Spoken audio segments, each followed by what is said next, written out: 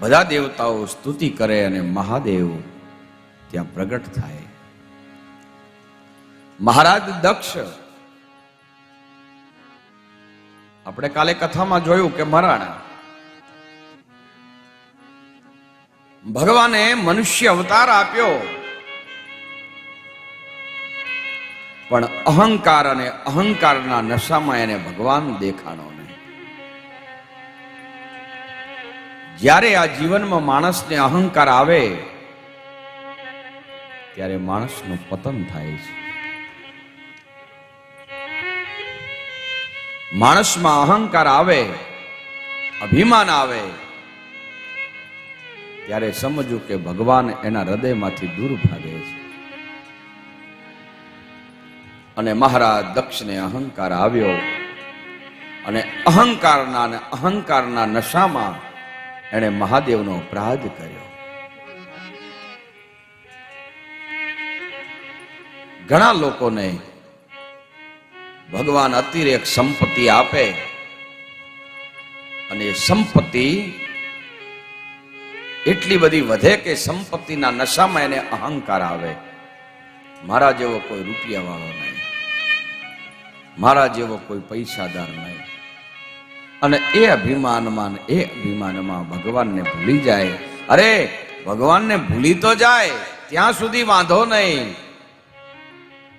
પણ પછી જ્યારે એમ કહે કે હું જ ભગવાન છું, આ જગતમાં બીજું કોઈ ભગવાન નથી, ત્યારે સમજો કે એનું પતન થાય છે. બાપ, આ કળી કાળની અંદર માણસ જ્યારે એમ કહે કે હું ભગવાન છું, ત્યારે જ એનું પતન થાય છે. વાલા, આ જગતમાં પરમ તત્વ એક જ છે. ઓમકાર બિંદુ સંયુક્તમ નિત્યમ ધ્યાયન્તિ યોગિના કામદમ મોક્ષદમ ચૈવ ઓમકારાય નમો નમઃ. ભગવાન શિવનો મહિમા કોણ જાણે ભલા, જે નિરાકાર છે. ક્યારેક ક્યારેક ભક્તના પ્રેમને વશ થઈ અને નિર્ગુણ સાકાર બને છે. ભક્તોના પ્રેમને લઈ અને ભગવાન આ ધરતી ઉપર પ્રગટ થાય છે.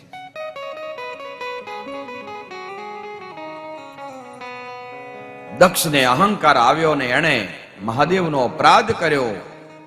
ભગવાન શિવના ગણોએ દક્ષના મસ્તકને ધડથી અલગ કર્યું. બધા દેવતાઓ પસ્તાણા કે આપણે બહુ મોટી ભૂલ કરી છે. પણ પછી જ્યારે તકલીફ આવે પછી ખબર પડે. લક્ષ્મી આવે ને ત્યારે લાત મારે અને જાય ને ત્યારે લાત મારે છે. બાપ, લક્ષ્મી આવે ત્યારે માણસને આગળથી લાત મારે.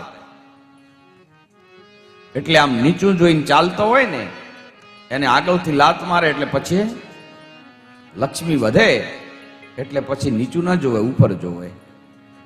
અને લક્ષ્મીનો એટલો બધો પાવર વધે કે નાના માણસો પછી એને દેખાય નહીં.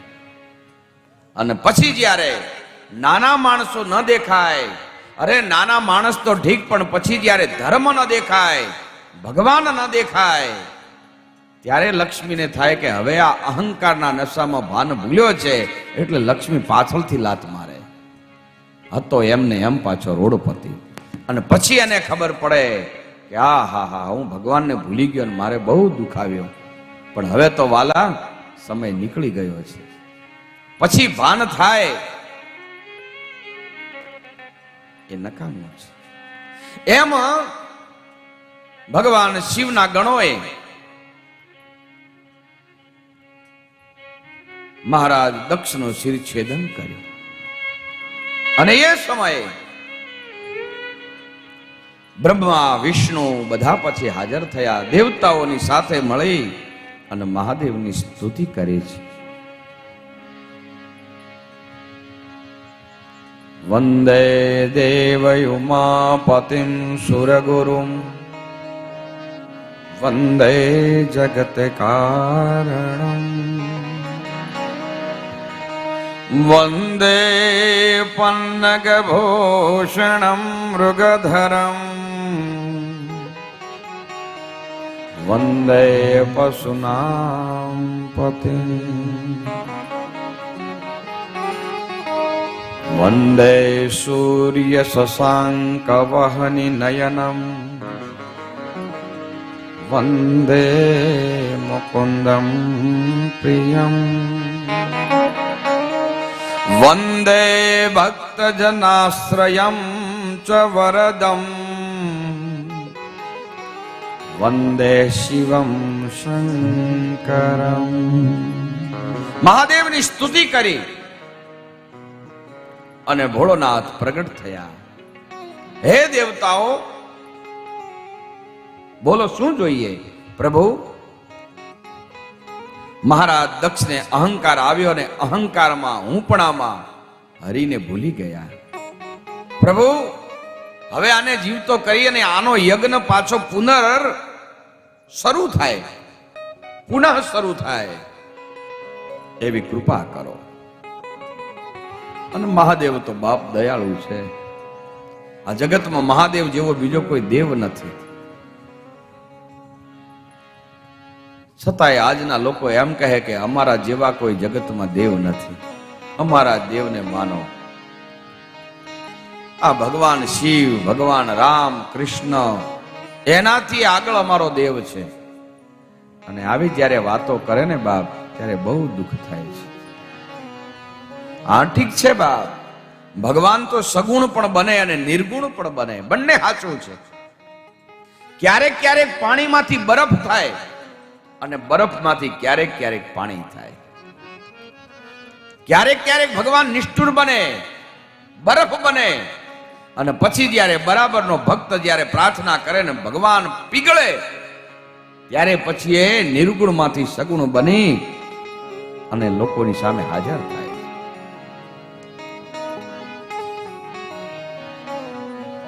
પણ શ્રદ્ધા અને વિશ્વાસ હોય તો એ સમયે બાપ ભગવાન શિવની કૃપાથી ભગવાન શિવે દ્રષ્ટિ કરી અને એ દ્રષ્ટિથી મહારાજ દક્ષ પુનર્જીવિત થયા. મહારાજ દક્ષને બહુ ચિંતા થઈ. ભગવાન શિવનો મહિમા સમજાણો, પણ હવે તો શું કરે?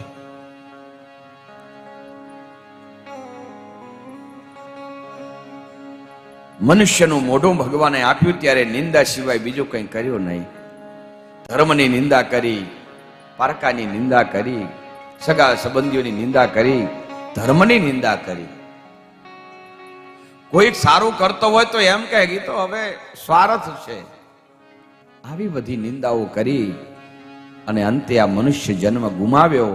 અને પછી જ્યારે ખબર પડી કે ભગવાન શું વસ્તુ છે, ત્યારે એને શિવ મહિમાનો ખ્યાલ આવ્યો. પણ હવે તો સ્તુતિ કરાય એમ છે નહીં, મોઢું બકરાનું છે.